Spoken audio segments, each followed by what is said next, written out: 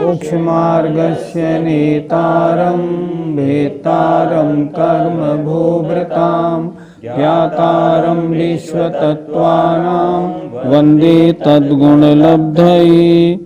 पंच परमेष्ठी भगवान की जय। संत शिरोमणि आचार्य विद्यासागर जी महाराज की जय। 8वां अध्याय बंध का प्रकरण चल रहा है। पिछली पाठशाला में हमने पढ़ाया था बंध 4 प्रकार का होता है। प्रकृति बंध मतलब बंधने वाली प्रकृतियों में स्वभाव पड़ जाना। स्थिति बंध ये प्रकृतियां कितने समय तक आत्मा के साथ रुकी रहेंगी, जुड़ी रहेंगी, स्थिति बंध। इनका फल तीव्र होगा या मंद, ये अनुभाग बंध। और इनका आत्म प्रदेशों में प्रवेश हो जाना, बंध जाना, अथवा किस कर्म को कितनी कितनी वर्गणाएं मिलेंगी, इसका बंटवारा हो जाना प्रदेश बंध है। इसके बाद पिछली पाठशाला में ये भी हो गया था सूत्र नंबर 4 में कि आद्यो माने जो पहला प्रकृति बंध है वो 8 प्रकार का है। ज्ञानावरण जो ज्ञान गुण को ढके, दर्शनावरण दर्शन गुण को ढके, वेदनी सुख और दुख का वेदन कराए, मोहनी जो आत्मा को मोहित करे, आयु जो आत्मा को एक निश्चित शरीर में एक निश्चित समय तक रोके रखे, नाम कर्म जो आत्मा को विभिन्न प्रकार के शरीर प्राप्त कराए, शरीरों का निर्माण कराए, गोत्र कर्म जो आत्मा को लोकमान्य कुल में या नीच कुल में उत्पन्न कराए, और जो आत्मा के ज्ञान दर्शन दान लाभ भोग और उपभोग में, दान लाभ भोग और उपभोग और वीर में विघ्न डाले, उसका नाम अंतराय कर्म। अब आज हम ये बताने जा रहे हैं कि ज्ञानावरण आदि 8 कर्मों के कितने और उत्तर भेद होते हैं। इसके लिए 5 नंबर का सूत्र देखें। पंच नव द्वष्टाविंशति चतुर्द्विचत्वारिंशद द्विपंच भेदा यथाक्रमम्। पंच नव द्वष्टाविंशति चतुर्द्विचत्वारिंशत् द्विपंच भेदा यथाक्रमम्। बोलिए। पंच नव द्वष्टाविंशति चतुर्द्विचत्वारिंशत् द्विपंच भेदा यथाक्रमम्। 8 कर्मों के कितने उत्तर भेद हैं आचार्य ने इस सूत्र में ये बताया है। सूत्र थोड़ा सा कड़ा है, इसलिए बोर्ड पे आपको दिखाते हैं। 8 कर्मों के भेद कितने देखें जरा। पंच, नव और द्वि और अष्टाविंशति, चतु द्विचत्वारिंशद, एक शब्द है ये, द्विचत्वारिंशद, द्वि और पंच भेदा यथाक्रमम क्रम से। इसे और अच्छी तरह देखें। पंच 5, नव 9, द्वि माने 2, अष्टाविंशति 8 और 20 28, चतुर माने 4, द्विचत्वारिंशद चत्वारिंशद माने 40 और द्वि माने 2 42। 2 और 5 भेद हैं यथाक्रमम क्रम से।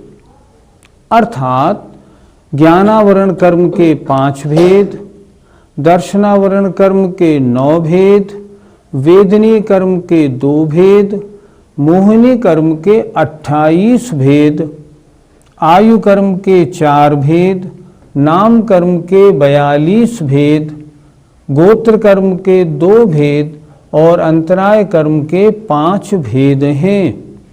अर्थात इन कर्मों की जो प्रकृतियां हैं उनके स्वभाव कितने प्रकार के हैं उसका इन सब में वर्णन हुआ, अर्थात ज्ञानावरण कर्म के 5 प्रकार हैं, इस तरह इस सूत्र में बताया। पंडित जी, इन 8 प्रकार के कर्मों में कौन कौन से कर्म घातीय कर्म और कौन कौन से कर्म अघातीय कर्म है?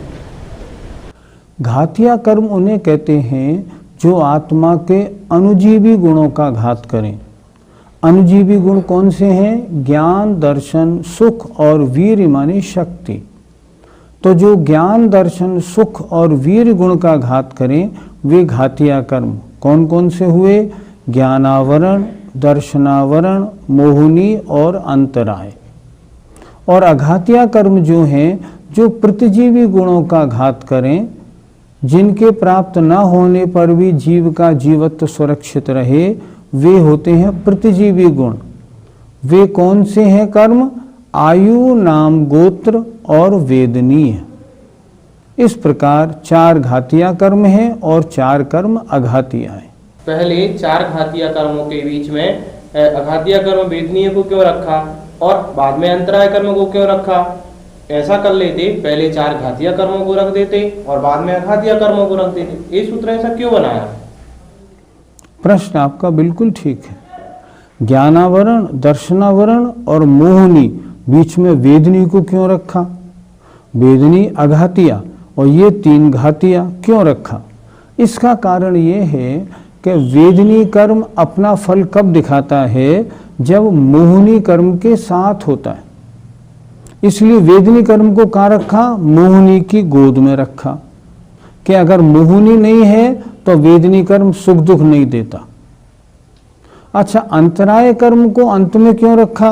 अंतराय है तो घातीय, लेकिन अंतराय 5 गुणों का, दान, लाभ, भोग, उपभोग और वीर, इन 5 गुणों का संपूर्णतया कभी नाश नहीं करता। संसार में कोई भी जीव ऐसा नहीं है जिसके पास इन 5 गुणों का क्षयोपशम ना हो। इसलिए संपूर्णतया घात नहीं करने के कारण एक तरह से अघातीय कर्मों की तरह काम करता है, इसलिए उसको अंत में रखा। दूसरी बात, उसका फल जब होता है जब आयु, नाम और गोत्र कर्म भी अपने कार्य कर रहे हों, इसलिए उसको आचार्यों ने अंत में रखा है। शास्त्रों में इनके इस क्रम के बारे में इसी तरह वर्णन किया है जो उचित भी है। 6 डालों में हमने पढ़ा है कि ज्ञान शरीरी त्रिविध कर्ममल वर्जित सिद्ध महंता। तो त्रिविध कर्ममल, ये 3 प्रकार के कर्म कौन होते हैं? बिल्कुल ठीक, प्रश्न आपका बहुत उचित है। कर्म 3 प्रकार के कैसे गिने जाते हैं? कर्म के 3 भेद, द्रव्य कर्म, भाव कर्म और नो कर्म। द्रव्य कर्म का मतलब ये जो 8 प्रकार के कर्म पुद्गल वर्गणाएं जो है ना, जो आत्मा के साथ ज्ञानावरण, दर्शनावरण रूप होकर चिपक जाती हैं, ये द्रव्य कर्म। इन कर्मों का जब उदय होता है तब आत्मा में जो राग द्वेष आदि परिणाम होते हैं वे भाव कर्म, और ये शरीर जो है इसे कहते हैं नो कर्म। प्रश्न आपका बिल्कुल ठीक है। 3 प्रकार के कर्म कौन से? इसलिए ज्ञानावरणादि जो पुद्गल के परमाणु आत्मा के साथ चिपके हैं उन्हें कहते हैं द्रव्य कर्म, और इनका उदय होने पर आत्मा में जो विभाव परिणाम, राग द्वेष आदि परिणाम होते हैं, ये होते हैं भाव कर्म। द्रव्य कर्म अजीव हैं, भाव कर्म जीव हैं, और नो कर्म माने प्राप्त शरीर, ये भी अजीब होता है। इस प्रकार कर्म के 3 भेद भी आचार्यों ने ठीक लिखे। पंडित जी, कर्म क्या हैं जो आत्मा के साथ बनते हैं? अभी आपने पहले पढ़ा जो पुद्गल की एक वर्गणा होती है कार्मण वर्गणा। इस कार्मण वर्गणा की ये खूबी होती है कि आत्मा में जब राग द्वेष होते हैं तो ये कार्मण वर्गणा कर्मरूप परिणमन करके आत्मा के साथ चिपक जाती है। तो कार्मण वर्गणा का आत्मा के राग द्वेष आदि परिणामों का निमित्त पाकर कर्मरूप परिणमन होकर आत्मा से चिपक जाना, इनका नाम है कर्म। ये कर्म है क्या? ये पुद्गल की वर्गणाएं हैं। और इन पुद्गल की वर्गणाओं में खूबी क्या है ये ऐसी वर्गणाएं हैं जो आत्मा के राग द्वेष आदि निमित्त को पाकर के बंधती हैं और द्रव्य क्षेत्र काल भाव के अनुसार अपना फल देती हैं। इनमें फल देने की शक्ति भी आ जाती है। इन्हें हम कहते हैं कर्म। ये पुद्गल होते हैं, परंतु पुद्गल होते हुए भी इनमें कर्म कराने की, फल देने की शक्ति होती है। कार्बन वर्गणाओं के अलावा अन्य वर्गणाओं में इस प्रकार की शक्ति नहीं पाई जाती। ज्ञानावरण कर्म के 5 भेद बताए। वे 5 कौन कौन से हैं अगले सूत्र में देखें। मति श्रुतावधि मनः पर्यय केवलानाम। मति श्रुतावधि मनः पर्यय केवलानाम। बोलिए। मति श्रुतावधि मनः पर्यय केवलानाम। 5 भेद हो गए। सूत्र सरल है। मति ज्ञानावरण, श्रुत ज्ञानावरण, अवधि ज्ञानावरण, मनपर्यय ज्ञानावरण और केवल ज्ञानावरण। ज्ञानावरण कर्म के 5 भेद हैं। सरल है बिल्कुल विषय। देखें जरा, क्योंकि आपने पहले भी 7 अध्यायों में सब कुछ पढ़ लिया है। देखें, पहला है मति ज्ञानावरण, जो मति ज्ञान को आवृत करे। आवृत करे, ढके। ढके माने ना होने दे। मति ज्ञान किसे कहते हैं? इंद्रिय और मन की सहायता से जो ज्ञान होता है उसे कहते हैं मति ज्ञान, और जो मति ज्ञान को ढकता है उसे कहते हैं मति ज्ञानावरण। दूसरा श्रुत ज्ञानावरण, जो श्रुत ज्ञान को आवृत करे, ढके, उसे कहते हैं श्रुत ज्ञानावरण। श्रुत ज्ञान किसे कहते हैं? मति ज्ञान से जाने हुए पदार्थ को, विशेष ज्ञान को श्रुत ज्ञान कहते हैं, और जो उसको न होने दे वो श्रुत ज्ञानावरण। जो अवधि ज्ञान को ढके, अवधि ज्ञानावरण। अवधि ज्ञान की परिभाषा हमने पहले क्या पढ़ाई थी? जो द्रव्य क्षेत्र काल भाव की मर्यादा सहित रूपी पदार्थ को इंद्रिय मन की सहायता के बिना आत्मा से स्पष्ट जानता है, वह अवधि ज्ञान है। और जो अवधि ज्ञान में रुकावट डाले, उसको ढके, उसको ना होने दे, उसे कहते हैं अवधि ज्ञानावरण। चौथा है मनपर्यय ज्ञानावरण, अर्थात दूसरे के मन को जानकर मन में चिंतित पदार्थ को जानना मनपर्यय ज्ञान है। और जो मनपर्यय ज्ञान को ढके उसे कहते हैं मनपर्यय ज्ञानावरण। और जो त्रिकालवर्ती समस्त द्रव्यों की अनंतानंत पर्यायों को क्रम रहित स्पष्ट जानता है, वह है केवल ज्ञान। और जो केवल ज्ञान को आवृत करे, केवल ज्ञान को ढके, ना होने दे, उसे कहते हैं केवल ज्ञानावरण। इस प्रकार 5 ज्ञानावरण कर्म के 5 भेद होते हैं। जो अभी यहाँ पर 5 ज्ञानावरण के भेद बताए हैं, क्या इनमें से हमारे 5 का उदय रहता है? हाँ बिल्कुल, लेकिन कैसे रहता है जरा गौर से समझेंगे। जो घातिया कर्म की प्रकृतियां होती हैं, ये 2 प्रकार की होती हैं, एक सर्वघाती और एक देशघाती। सर्वघाती वो होती हैं जो गुण का पूर्ण घात करें। देशघाती वो होती हैं जो एक देश भी घात करे और सर्वदेश भी घात करे। तो ज्ञानावरण के 5 भेदों में केवल ज्ञानावरण सर्वघाती है और पहली 4 देशघाती। अब देखना ध्यान से, हमारे केवल ज्ञानावरण का उदय है, हमें केवल ज्ञान नहीं है, पूरा उसने ढक रखा है।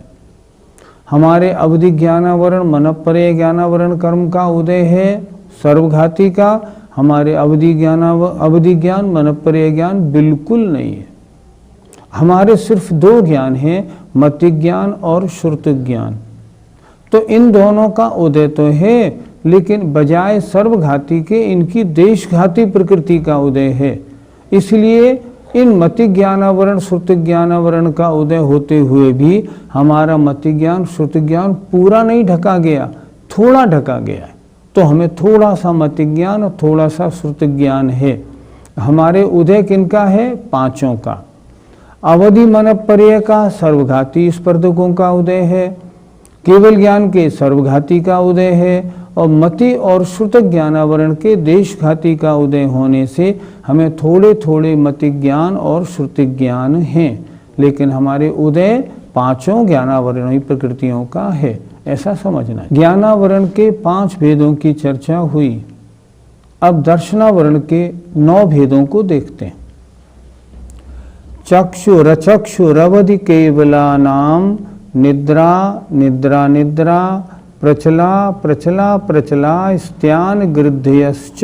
चक्षुरवधि केवलानां निद्रा निद्रा निद्रा प्रचला प्रचला प्रचला स्त्यान गृध्यश्च। दोबारा बोलिए। चक्षुरवधि केवलानां निद्रा निद्रा निद्रा प्रचला प्रचला प्रचला स्त्यान गृध्यश्च। इस सूत्र में दर्शनावरण कर्म के 9 भेद गिनाए गए हैं। ध्यान से देखें। पहले सूत्र के 2 भाग हैं। पहला भाग है चक्षुरवधि केवलानाम, इसमें 4 गिनाए। चक्षुर्दर्शन, अचक्षुर्दर्शन, अवधि दर्शन और केवल दर्शनावरण। अर्थात चक्षुदर्शनावरण, अचक्षुर्दर्शनावरण, अवधि दर्शनावरण और केवल दर्शनावरण। इसके बाद निद्रा निद्रा निद्रा प्रचला प्रचला प्रचला और स्त्यान गृद्धि। इस तरह दर्शनावरण कर्म के 9 भेद इसमें गिनाए हैं। आइए इसकी परिभाषा देखते हैं। पहली, चक्षुर्दर्शनावरण। चक्षु इंद्री से होने वाले ज्ञान से पहले जो सामान्य अवलोकन होता है उसे कहते हैं चक्षुर्दर्शन, और जो उस चक्षुर्दर्शन को आवृत करे, न होने दे, उसका नाम है चक्षुर्दर्शनावरण। दूसरा भेद है अचक्षुर्दर्शनावरण, अर्थात चक्षु इंद्री के अलावा स्पर्शन, रसना, घ्राण और कर्ण इंद्री और मन, इनके द्वारा होने वाले ज्ञान से पहले होने वाले जो सामान्य अवलोकन को न होने दे उसे कहते हैं अचक्षुर्दर्शनावरण। पहले भी आपको हमने बताया हुआ है पिछले अध्यायों में, दर्शन माने होता है सामान्य अवलोकन, जहाँ आत्मा का प्रयास हो पर ज्ञान ना हो उसे कहते हैं दर्शन। तो जो दर्शन गुण को ढके वह दर्शनावरण। तीसरा है अवधि दर्शनावरण। अवधि ज्ञान से पहले होने वाले अवधि दर्शन को जो रोके, जो आवृत करे, उसका नाम अवधि दर्शनावरण। चौथा है केवल दर्शनावरण। केवल ज्ञान के साथ होने वाले, पहले होने वाले नहीं, केवल ज्ञान के साथ होने वाले जो केवल दर्शन को न होने दे उसे कहते हैं केवल दर्शनावरण। अब आइए आगे 5 निद्राएं। निद्रा, निद्रा माने नींद आना। निद्रा निद्रा नींद पर और गहरी नींद आना, इसका नाम है निद्रा निद्रा। प्रचला, प्रचला माने कुछ जगता रहे कुछ सोता रहे, उसे कहते हैं प्रचला। अर्थात प्रचला नामक दर्शनावरण कर्म के उदय से ऐसी नींद आती है जो वह जीव थोड़ा सोता रहता है, थोड़ा जगता भी रहता है। प्रचला प्रचला ये ऐसा दर्शनावरण कर्म है जिसके उदय में ऐसी नींद गहरी आती है कि मुंह विकृत हो जाता है और लार वगैरह भी बहने लगती है, उसे हम कहते हैं प्रचला प्रचला दर्शनावरण कर्म। और स्त्यान गृद्धि दर्शनावरण कर्म बड़ा भयंकर होता है। रात्रि में जिस जीव के इस कर्म का उदय होता है, रात्रि में उठता है, बड़े बड़े और कुछ कामों को निपटा के फिर सो जाता है, और सुबह उठता है तो उसको ध्यान ही नहीं रहता कि मैं उठा था और मैंने काम किया था या नहीं। ऐसा स्त्यान वृद्धि वाला जीव कभी कभी कैसा कर लेता है कि रात्रि में उठा, नदी में तैर के उधर गया, उधर कुछ काम करके लौट के भी आया, सुबह देखा उसे बिल्कुल याद नहीं है। ये होता है स्त्यान वृद्धि दर्शनावरण कर्म। फिर एक बार देखें, सबसे पहले है चक्षुर दर्शनावरण कर्म। चक्षु इंद्री से पहले होने वाले सामान्य अवलोकन को जो आवृत करे। अचक्षुर दर्शनावरण चक्षु के अलावा 4 इंद्रिय और मन से होने वाले ज्ञान से पहले जो दर्शन है जो उसको रोके। तीसरा अवधि दर्शनावरण जो अवधि ज्ञान से पहले होने वाले अवधि दर्शन को न होने दे। और केवल दर्शनावरण जो केवल ज्ञान के साथ होने वाले केवल दर्शन को न होने दे। निद्रा माने नींद आना, निद्रा माने नींद पर नींद आना। प्रचला माने कभी थोड़े जगते और थोड़े सोते हुए रहना, प्रचला। और इतने गहरे सो जाना जो मुख से लार आदि बहने लगे, प्रचला दर्शनावरण कर्म। और स्त्यानवृद्धि दर्शनावरण कर्म का जब उदय होता है तो जीव रात में उठता है, सारे काम बहुत से काम निपटा लेता है और सुबह उसको उठने पर होश भी नहीं रहता कि मैंने ये कार्य किए हैं। इस प्रकार दर्शनावरण कर्म 5 प्रकार का है। इसका काम क्या है? आत्मा के दर्शन गुण को ढकना।